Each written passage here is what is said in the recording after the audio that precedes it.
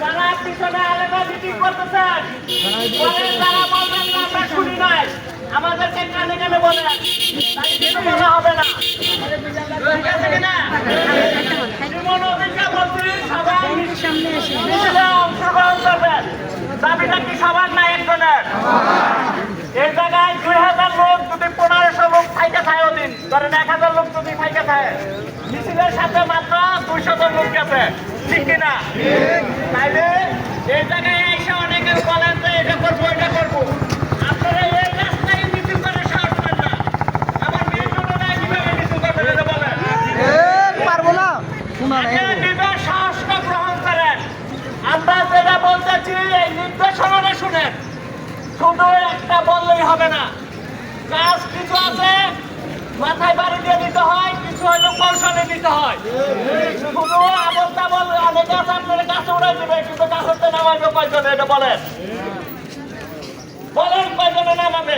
একজনও নামাইতে আসবে না। ওই সময় গাছে থেকে আপনার হইলো পানিতে চাপতে পানিতে পড়ছে, পুষ্পনি মেলে পড়ছে, গাছে ওঠা সহজ কিন্তু নামা সহজ না। আপনারা আমি 22 মাইল রাস্তার মধ্যে ভালাই দিয়ে নামুগা, আমার সাধারণটা কালকে পাবেন না। যদি আমি কৌশল ছাড়া যাই, আমার বুদ্ধি ছাড়া যাই, আমি যদি সরকারের আলটিমেটাম ছাড়া যাই, তাহলে কি পাইবেন আমারে? তাহলে আপনারা কি করলাম? আপনারা আমি বিপদে ফালাইলাম। কি কইছে আমার কথাটা বুঝছেন? এই বিপদে ফালানোর চেয়ে আমরা কৌশল অনুযায়ী, আমাদের পিছনে কিন্তু দেওয়াল, দেওয়ালের বাইরে কিছু আছে, এটা কি ধাক্কা দিয়ে আমরা দেখতে পারবো? পারবো না।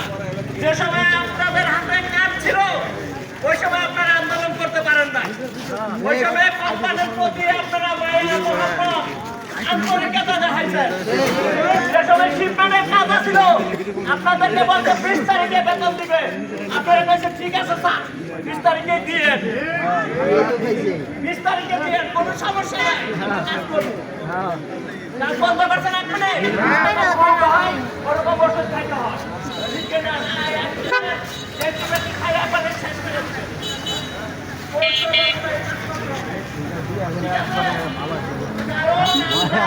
চেষ্টা করতেছি, অনেকে আপনাদেরকে বিভিন্ন ধরনের বুদ্ধি দিতেছে, কোন বুদ্ধিতে কাজ করা অথবা বাতাস দিবেন না। অনেক নেতারা তো অনেকে আছে, অনেক শ্রমিকরা আছে যে এখন যে কাজের কথা অন্য জায়গায় দেয়, আমরা অন্যই করি, যত মরবেন চলবেন তত মরবেন। গরিব মানুষ মরে কে? গরম জলে কে বলে না? তার জন্য শক্তিটা একসাথে রাখেন, এ নিয়ে কোনো তার বাহানা করা যাবে না। আমাদের কথা হয়েছে 2 মাসের বকেয়া বেতন পরিশোধ করে আপনি যা খুশি তা করেন, এ নিয়ে আমাদের কোনো মন্তব্য নাই, ঠিক না? তার জন্য এখন আমরা যে নির্দেশনা দিব, ওই নির্দেশনা অনুযায়ী আমরা সামনে কাজ করে যাব। এখন মিজান ভাই, এখন শাহ আলম ভাই আপনাদের মাঝে সংক্ষিপ্ত বক্তব্য রাখবেন।